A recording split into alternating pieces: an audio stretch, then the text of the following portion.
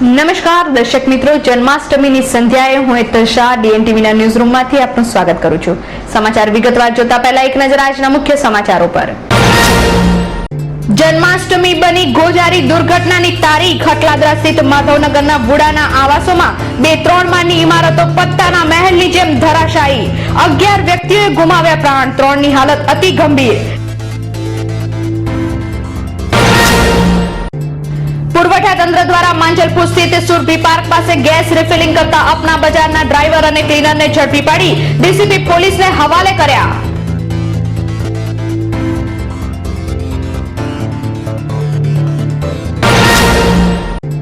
ગાજરાવાડી સ્મશાન પાછળ જુગાર રમતા 11 શખ્સોને પોલીસે 70,000ના મુદ્દામાલ સાથે ઝડપી પાડી કાયદેસરની કાર્યવાહી હાથ ધરી।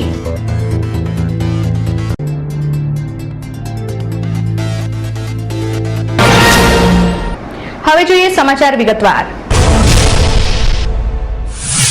આજે વહેલી સવારે અટલાદરા સ્થિત માધવનગરના વુડાના આવાસોમાં 2-3 માળની ઇમારતો પત્તાના મહેલની જેમ ધરાશાયી થઈ ગઈ હતી। આ ઘટનામાં 11 વ્યક્તિઓએ પોતાના પ્રાણ ગુમાવ્યા છે।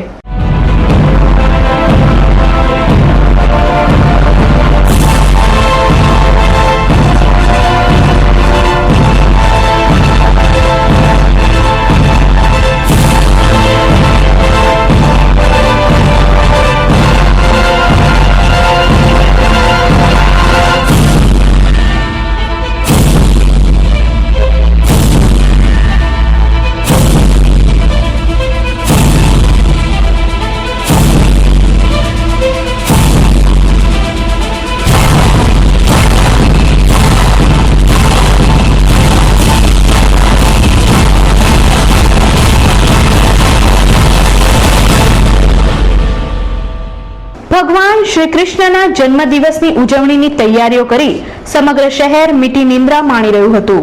ત્યાં જ રાત્રિના 2 થી 2:30 વાગ્યાના અરસામાં શહેરના પોલીસ મથકો, ફાયર સ્ટેશન, સેવાસનની કચેરીઓના ફોન ધણધણી ઉઠ્યા।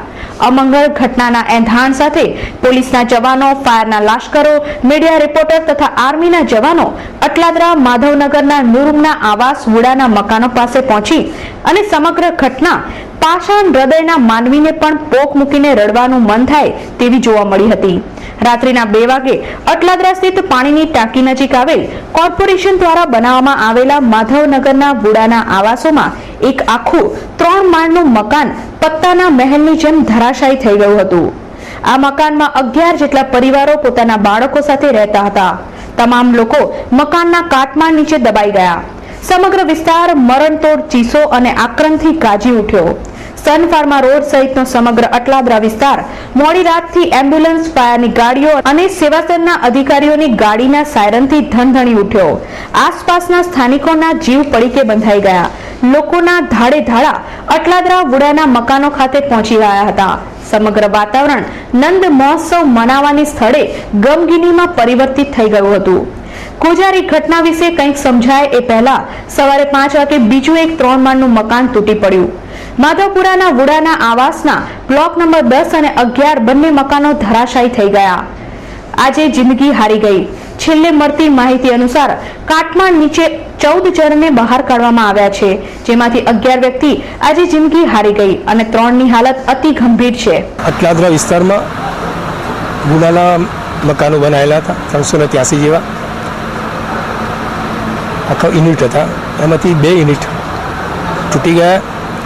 એમાં એક યુનિટમાં કોઈને કશું થયું નથી, કારણ કે પાછળથી જરા પડી લોકો ઉતરી ગયેલા, પણ એક યુનિટમાં બધા દબાઈ ગયા છે અને કામગીરી બહુ સારી ચાલી રહી છે। ત્યારે એમાં એક મારી નજર સામે જ એક નાની છોકરીને જીવતી કાઢી અને 3-4 લાશો પણ કાઢી છે।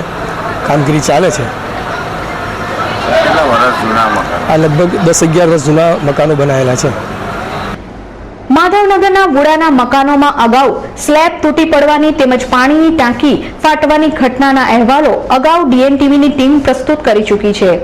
અત્રેના સ્થાનિક રહીશો દ્વારા મહાનગર સેવાસરના મકાનોમાં હલકી ગુણવત્તાવાળું મટીરીયલ વાપર્યું હોવાની રજૂઆતો તેમજ ભવિષ્યમાં મોટી દુર્ઘટના કે જાનહાનિ થવાની આશંકા વારંવાર રજૂઆત કરવામાં આવી હતી। तो मैं दौड़ता यहाँ पर आया तो देखा कि मकान का ऊपर की छत नीचे पड़ी हुई है वो तो ऊपर वाले की दुआ थी कि मैं बच गया, और सभी मकानों की ऐसी हालात है साहब। माधव नगर में पूरे मकान जर्जरित हालत में, पूरे मकान सभी जर्जरित हालत में, सब टूटने के वो है साहब, और 15-20 साल पुराना मकान खुला है साहब। ये છતાં પણ નફ્ફટ તંત્રના નિંદ્રાધીન જાડી ચામડીના અધિકારીઓ બસ પ્રજાના વેરાના પૈસાથી ભોગવિલાસમાં જ રચ્યા પચ્યા રહ્યા અને આજે અનેક પરિવારોએ પોતાના વહાલ સોયાને ગુમાવ્યા।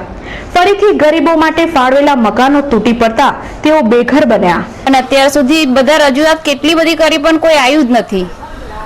કઈ રીતના બધું સ્લેબ પડ્યો છે કે તમને લાગે છે ને હલકી ક્વોલિટીનો માલ વપરાયો હોય? હા નકરો એ જ લાગે છે, રેત જ લાગે છે, સિમેન્ટ તો બિલકુલ લાગતો જ નથી અંદરે। હમણાં 2 મહિના પહેલા આગળના બ્લોકમાં બી ગાબડું પડ્યું હતું। હા આગળના બ્લોકમાં પડી હતું, પણ બોલાયા તો પણ કોઈ કશું કરવા આવતા જ નથી। આટલી મોટી જાનહાનિ થયા બાદ શિવસેનાના ઉચ્ચ અધિકારીઓ, મ્યુનિસિપલ કમિશનર, કલેક્ટર સહિતના રાજનીતિના અગ્રણીઓએ ઘટના સ્થળે પહોંચી સમગ્ર ઘટનાની તપાસ કરાશે, કમિટી બેસાડાશે, રિપોર્ટ આવશે એટલે જવાબદારને કડકમાં કડક સજા આપવામાં આવશે એનું રટણ જ ચાલુ કરી દીધું। પરંતુ દર્શક મિત્રો, શું આ પરિવારોએ ગુમાવેલા પોતાના પ્રિયજનને પાછા અપાવી શકશે? ન્યાય અપાવી શકશે? માધવનગરના આ આવાસો 2001-2002ની સાલમાં જ તૈયાર કરવામાં આવ્યા હતા। 150 વર્ષ જૂના મકાનો કે 500 વર્ષથી વધુ જૂના મંદિરો આજે પણ અડીખમ ઊભા છે, પરંતુ માત્ર 12 વર્ષ પહેલા તૈયાર કરાયેલા વુડાના આવાસો આજે જમીન દોસ્ત થઈ ગયા।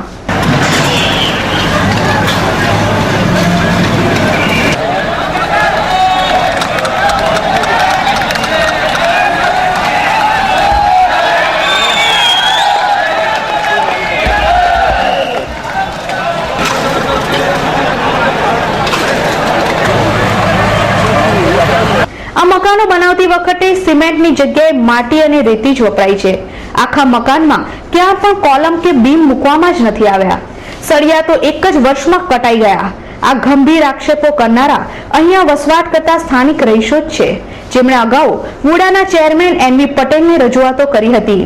જો આ વાતની ગંભીરતા સમજી યોગ્ય પગલાં લેવાયા હોત તો આજની ગોજારી ઘટના ટાળી શકાઈ હોત। આ સમયે NV પટેલે કોઈ પણ પ્રતિક્રિયા ન આપતા અનેક તર્ક વિતર્કો સર્જાયા હતા। आज सुबह लगभग 4:45 बजे माधवनगर विस्तार, जो अटलादरा, वडोदरा में अटलादरा विस्तार में आता है, उधर EWS स्कीम में बनेला 2 टावर, उसमें पहला टावर लगभग 445 को कोलैप्स हुआ। उसमें 14 ड्वेलिंग यूनिट्स थे। उसके बाद 20 मिनट बाद, आधा घंटा बाद दूसरा टावर कोलैप्स हुआ। उसमें भी 14 ड्वेलिंग यूनिट्स थे, लेकिन तब तक दूसरे बिल्डिंग के सभी रेजिडेंट्स को सेफली निकलने का समय मिला। पहले टावर के 14 ड्वेलिंग यूनिट से उसमें से 8 लोगों को इवैक्यूएट किया। हम एस्टिमेट करते हैं कि लगभग 25 से 30 लोग अभी भी ट्रैप्ड हो सकते हैं। NDRF की टीम, वडोदरा म्यूनिसिपल कॉरपोरेशन की fire brigade, district disaster management team, fire brigade, 108 medical services सभी अलर्ट है। 5:45 से लेकर अभी तक कार्यरत है। हम आशा रखते हैं कि मैक्सिमम लोग सही सलामत निकलेंगे। फिर भी कोई भी परिस्थिति को पहुंची वळने का हमारी तैयारी है। દર્શક મિત્રો, 20 વર્ષ અગાઉ જન્માષ્ટમી વડોદરા શહેર માટે કાળમુખી બની હતી। સુરસાગર તળાવમાં 1993માં સર્જાયેલ હોળી દુર્ઘટનામાં આશરે 22 જણાના ડૂબી જવાથી મોત નીપજ્યા હતા। આજે વુડાના મકાન ખાતે સર્જાયેલી હોનારતે ફરી એકવાર હોળી દુર્ઘટનાની યાદ તાજી કરાવી દીધી હતી।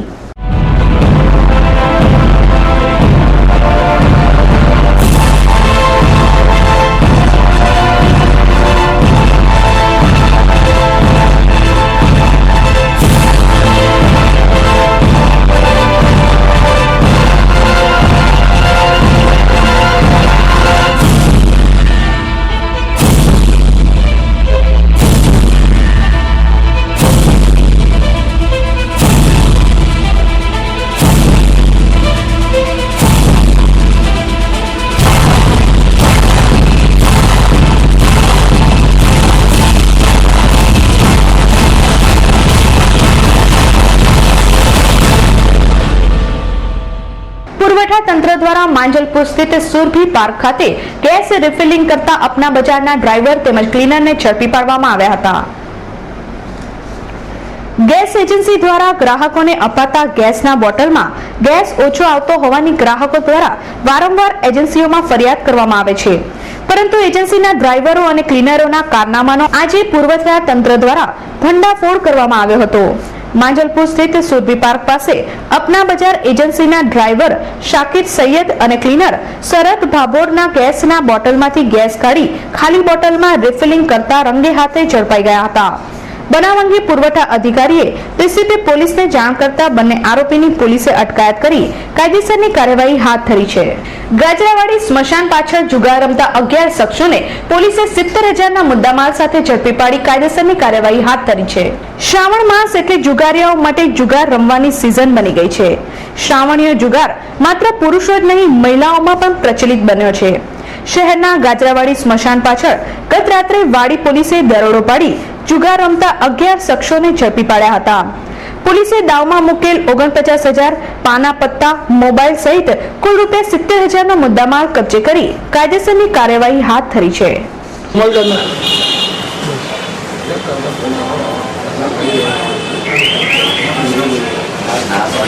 શહેરના ગોરવા ઉંડેરા રોડ ઉપર આકાર લઈ રહેલ ગોકુલધામ રેસિડેન્સીમાં આજરોજ જન્માષ્ટમીના તહેવાર નિમિત્તે ગો ગોવિંદા ગોકુલધામની અનોખી કોમ્પિટિશનનું આયોજન કરવામાં આવ્યું હતું.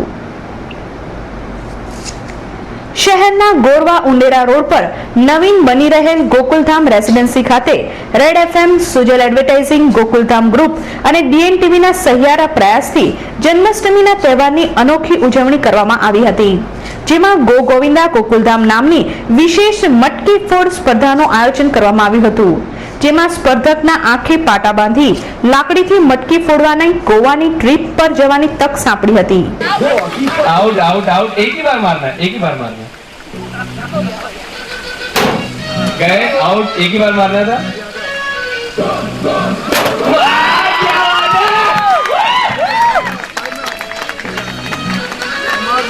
हाँ, जानकी, पर जानकी तो सीता मैया का नाम होता है, राधा के साथ क्या घुसेड़ रहे हो? हाँ वही वही सेम जॉनर माइथोलॉजी. ओके, अपने आप हिल रहा है, कौन हिला रहा है? अच्छा, मैं चेक कर रहा था आपको दिख रहा है कि नहीं. નામની સાર્થકતા માટે અમે આ કૃષ્ણ જન્માષ્ટમીનો પ્રોગ્રામ આખો અહીંયા આગળ ઊભો કર્યો છે અને રેડ FM જોડે આખી ઇવેન્ટ અમે ટાઈપ કરી છે. રેડ FM જોડે આખો કોન્ટેસ્ટ છે અને પછી જે વિનર થશે મટકી ફોડમાં એને ગોવા જવાનો છે. અમારી જોડે એનું આખો ટાઈપ સેટઅપ છે અને ગોકુલધામ છે એટલે કૃષ્ણ ભગવાનની હાજરી તો અહીંયા હોય જ હોય, એટલે એ એક તમન્ના હતી દિલમાં કે જન્માષ્ટમી અમારે સેલિબ્રેટ કરવાની છે અને આ જ મોડની અંદર અમે લોકો સેલિબ્રેટ કરવા જઈ રહ્યા છીએ. આ કાર્યક્રમની અંદર એકચ્યુઅલી મટકી ફોડની એક ઇવેન્ટ છે રેડ FM જોડે. એમાં લગભગ 100+ કોન્ટેસ્ટન્ટ છે, એ લોકો મટકી ફોડ કરવાના છે ને એમાંથી કોઈ એક વિનર થશે એ ગોવા જશે અને સરપ્લસ ફરાળ પણ છે. અહીંયા આગળ આવે બધા પ્રસાદનો લાભ પણ લેશે. શહેરના માંજલપુર સ્થિત તુલસીધામ ખાતે સેમસંગ કંપનીના મોબાઈલના ત્રીજા શોરૂમનો આજથી પ્રારંભ કરવામાં આવ્યો હતો. મોબાઈલ હવે માનવી માટે જરૂરિયાતનું મહત્વનું પાસું બની ગયું છે. તેમાંય બજારમાં વિવિધ કંપની દ્વારા નિત નવા બહાર પડાતા મોડેલ્સ યુવા પેઢીને વધુ આકર્ષિત કરે છે.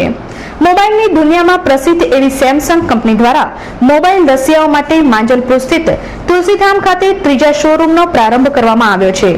ગ્રાહકોને આ શોરૂમમાંથી સેમસંગ કંપનીના વિવિધ મોડેલ્સના મોબાઈલ વ્યાજબી ભાવે ઉપલબ્ધ થશે, તેમજ મોબાઈલને લગતી વિવિધ સેવાઓ નિઃશુલ્ક ઉપલબ્ધ કરવામાં આવશે. આજે માંજલપુર વિસ્તારના તુલસીધામ 4 રસ્તા ખાતે અમે સેમસંગનો ત્રીજો શોરૂમ ચાલુ કરતા ખૂબ આનંદ અનુભવીએ છીએ. અહીંયા આગળ સેમસંગના મોબાઈલની બધી જ રેન્જ અને સારા પ્રોડક્ટ, સારી સર્વિસીસ સાથે અહીંયા આગળ અવેલેબલ રહેશે અને કંપનીનો એક્સક્લુઝિવ સ્ટોર છે એટલે મોબાઈલની જોડેની જે રિલેટેડ સેવાઓ છે, ડાઉનલોડિંગ ને બધું પણ અહીંયા આગળ ફ્રીમાં ગ્રાહકોને પ્રાપ્ત થશે, તો એના ગ્રાહકો એનો વધારેમાં વધારે ફાયદો લે. મહાનગર સેવા સદન દ્વારા સેવાસી નજીક ખાનપુર ખાતે પાણીના શુદ્ધિકરણનો ₹36 કરોડના ખર્ચે પ્લાન્ટ નાખવામાં આવ્યો છે. ખાનપુર તેમજ આશાપુરા ગામના રહીશોને મફત પાણી આપવાના વચનને સેવા સદન તંત્ર દ્વારા અમલમાં નહીં મૂકવામાં આવતા સ્થાનિક રહીશોમાં સેવા સદન તંત્ર વિરુદ્ધ રોષ ફાટી નીકળ્યો છે. વડોદરા મહાનગર સેવા સદન દ્વારા પશ્ચિમ વિસ્તારને પૂરતા પ્રમાણમાં પ્રેશરથી પાણી મળી રહે તે માટે સેવાસી નજીક ખાનપુર ગામમાં ₹36 કરોડના ખર્ચે પ્લાન્ટ નાખવામાં આવ્યો છે. તે વખતે જમીન માંગી એટલે અમે એમની સામે એવો ઠરાવ આપ્યો હતો કે ખાનપુર ગામને પાણી અને ડેવલપિંગ માટે કઈ ગ્રાન્ટ આપે. એટલે ઉડાના કમિશનર સાહેબ તે વખતે હતા, ઉડાના ચેરમેન કમિશનર સાહેબ M.K. દાસ સાહેબ, એમને 25 લાખ રૂપિયાની ઉદ્ઘાટન વખતે એમને ગ્રાન્ટ જાહેર કરી હતી અને પાણીનું ગામને આપવાનું કહ્યું હતું. પણ પાણીનું લાઈન એમને તો બધી નાખી દીધી છે. અમારા ગામને કશું પાણી બાણી આપ્યું નથી અને ગ્રાન્ટે આવી નથી. કોર્પોરેશનની વાત કરીએ છીએ તો કોઈ અધિકારી એમને 2 કલાક લગીને બહાર બેહાર રાખ્યા છે. હવે નવી પંચાયત ટોટલ સંઘર્ષ લેડીઝ મહિલા છે, એમને આ લોકો ગોતતા નથી. એની માટે જૂની મહિલા નવી પંચાયત મહિલા અને જૂની પંચાયત બોર્ડ બે ભેગી ગ્રામજનો થઈને અમે આવ્યા છે અને આવતીકાલે અમારો ઉગ્ર વિરોધ છે. અમે આ પ્લાન્ટ કોઈ સંજોગોમાં ચાલુ કરવા દઈએ નહીં. પ્લાન્ટ નાખ્યો છે તે જમીનના માલિકોને સેવાસદન તંત્ર દ્વારા ₹25 લાખ ચૂકવ્યા તે સમયે લિખિતમાં ખાનપુર અને આશાપુરા ગામને મફત પાણી પૂરું પાડવામાં આવશે તેવી બાંહેધરી આપવામાં આવી હતી. તેમ છતાંય સેવાસદન દ્વારા પાણી વેરો વસૂલાતા ગ્રામજનો દ્વારા પ્લાન્ટના ઉદ્ઘાટન બાદ તાળાબંધી કરવાની ચીમકી ઉચ્ચારાઈ હતી. અમે અહીંયા આગળ પહેલા 2009માં જમીન આપી હતી, જેમાં અમને એવું કહ્યું હતું મિટિંગમાં કે અમને પાણી તથા અમને ગ્રાન્ટ મળવાની હતી. એ અમને ગ્રાન્ટ મળી નથી અને પાણીની બી કોઈ સુવિધા લોકો અમને આપી નથી. એટલે અમે હવે જે પહેલા અમારા સરપંચ હતા પ્લસ એમની જે હતી બોડી અને અમે નવા જે અમે સરપંચ અને સમરસમાં જે બહેનો આવેલી છે સભ્યોમાં એ અમે બધાના ગામના બધા જણાઓ અત્યારે વિરોધ કરે છે કે અમે જ્યાં સુધી અમને પાણીની વ્યવસ્થા ના કરી આપે કે જ્યાં સુધી અમને ગ્રાન્ટ નહીં આપે ત્યાં સુધી અમે એ લોકોને કોઈ જાતનું અહીંયા ડેવલપમેન્ટ કરવા દઈએ નહીં. ગત સપ્તાહથી શેર બજારમાં ચાલુ થયેલો મંદીનો પ્રવાહ આજે અટકતા તેમાં ફરીથી રિકવરી જોવા મળી હતી. તો સોનું અને ચાંદી તેની ઓલ ટાઈમ હાઈ સપાટીએ પહોંચ્યા હતા. સોનુએ ₹34,000ની સપાટી વટાવી દીધી હતી. ગત સપ્તાહથી ડોલર સામે રૂપિયાનું અતિ ધોવાણ થતા શેર બજારમાં ગભરાટના માહોલ વચ્ચે સતત વેચવાલી જોવા મળી હતી. ત્યારે આજે ડોલર સામે રૂપિયો 68.75ના લેવલે પહોંચ્યો હતો. આજે સવારના સેશનમાં શેર બજારમાં સેન્સેક્સમાં 500 પોઈન્ટનો કડાકો બોલાઈ ગયો હતો અને શેર બજાર બંધ થતા સુધીમાં 500 થી વધુની રિકવરી આવતા 30 પોઈન્ટ પ્લસ શેર બજાર રહેવા પામ્યું હતું. તો આજે બીજી તરફ સોનાના ભાવ ઓલ ટાઈમ હાઈ પર રહ્યો હતો. સોનાએ 34,000ની સપાટી કુદાવતા સોની બજારમાં કાકડા ઉડતા હતા. શેર બજાર વિશે વધુ માહિતી જગદીશ ઠક્કરે આપી હતી. જે રીતે ફૂડ સિક્યોરિટી બિલ પાર્લામેન્ટમાં જે દિવસે પસાર થયું તે દિવસે એક આશંકા તો ચોક્કસ હતી કે લગભગ 1,30,000 કે 40,000 કરોડ રૂપિયા સરકાર ક્યાંથી લાવશે અને કેવી રીતે આને ભેગા કરશે. અત્યારે જે નાણાકીય ખાધ વિશે આપણા નાણામંત્રીએ આશ્વાસન આપ્યું છે કે એ 4.8% જેટલી 2013-14માં રાખશે. પણ મોટાભાગના નિષ્ણાતોનું અને ઇકોનોમિસ્ટનું માનવું છે કે આ 1,30,000 કરોડનો જે બોજો આવશે એનાથી આ નાણાકીય ખાધ વધીને 8% થઈ જશે. જ્યારે પણ નાણાકીય ખાધ વધે છે, ફુગાવો વધે છે અને રૂપિયો ડોલર કે બીજી કરન્સી સામે નબળો પડે છે ત્યારે વિદેશી જે ક્રેડિટ રેટિંગ એજન્સીઓ છે એ આપણું સોવરેન રેટિંગ ફરીવાર એનું મૂલ્યાંકન કરે છે. અત્યારની પરિસ્થિતિ પ્રમાણે જે ભારતનું રેટિંગ છે એ માત્ર એક નોચ જંકથી દૂર છે. એટલે કે જો આ કદાચ આપણું ડાઉનગ્રેડ કરે આ ક્રેડિટ રેટિંગ એજન્સીઓ મોડીઝ છે કે સ્ટેન્ડર્ડ એન્ડ પુઅર્સ છે તો આપણે જંક સ્ટેટસમાં જતા રહીએ એવું છે. જો કોઈ પણ દેશનું સ્ટેટસ જંક થાય, જે યુરોપના 5 દેશોમાં લગભગ વર્ષ પહેલાં થયું હતું, તો મોટાભાગના વિદેશી રોકાણકારો અહીંથી ઉછાળા ભરી જાય છે. ગઈકાલે લગભગ 2 થી 3% જેટલો એક ઘટાડો આપણને રૂપિયામાં જોવા મળ્યો. આજે શરૂઆત જ્યારે થઈ ત્યારે લગભગ ડોલરની સામે રૂપિયો 69 રૂપિયાને સ્પર્શ કરી આવ્યો અને આમ ગણો તો આજે 4%નો ઘટાડો થયો છે. આમ 2 દિવસમાં માત્ર રૂપિયો 6% જેટલો ઘસાયો છે અને આખા વર્ષનો જો તમે સરવાળો કરો તો 20% જેટલો રૂપિયો ડોલર સામે ઘસાઈ ગયો છે. જ્યારે પણ આ જાતની પરિસ્થિતિનું નિર્માણ થાય છે ત્યારે લગભગ આપણી પરિસ્થિતિ કરંટ એકાઉન્ટ ડેફિસિટ એટલે કે જે ખાધ આપણને છે એ ખાધની અંદર જે મોટો ઘટાડો થાય છે એ ઘટાડો થવાથી આપણા દેશને જે નુકસાન થાય છે એની કલ્પના કરવી મુશ્કેલ છે. એક તરફ સિરિયામાં અમેરિકા હુમલો કરશે એવી ભીતિએ ક્રૂડના ભાવ ભડકે પડે છે અને બ્રેન્ટ અને નાઇનમેક્સ ક્રૂડ એ બંનેમાં લગભગ અત્યારે ખૂબ જ મોટો જબરજસ્ત ઉછાળો આવ્યો છે. જ્યારે રૂપિયો ઘટે છે ડોલરની સામે, ત્યારે આપણો ક્રૂડનું જે આપણે આયાત કરીએ છીએ, જે લગભગ આપણી કુલ રિક્વાયરમેન્ટના 80% જેટલી છે, તો એની સામે પણ આજે ક્રૂડનો ભાવ આપણા ઇન્ડિયન રૂપીઝમાં લગભગ 7,800 રૂપિયાને પાર કરી ગયો છે. આમ એક તરફ ક્રૂડનો આપણે વધારે ભાવ ચૂકવવાનો, બીજી તરફ આપણું જે નિર્યાત છે એટલે એક્સપોર્ટ છે એ ઘટી ગયું છે, ઇમ્પોર્ટ આપણું વધી ગયું છે. દર્શક મિત્રો, DNTVના ન્યૂઝરૂમમાંથી આજે બસ આટલું જ. આવતીકાલે નવા સમાચારો સાથે ફરીથી મુલાકાત થશે. ત્યાં સુધી DNTV પરિવારની સમગ્ર ટીમને રજા આપશો. હેપી જન્માષ્ટમી.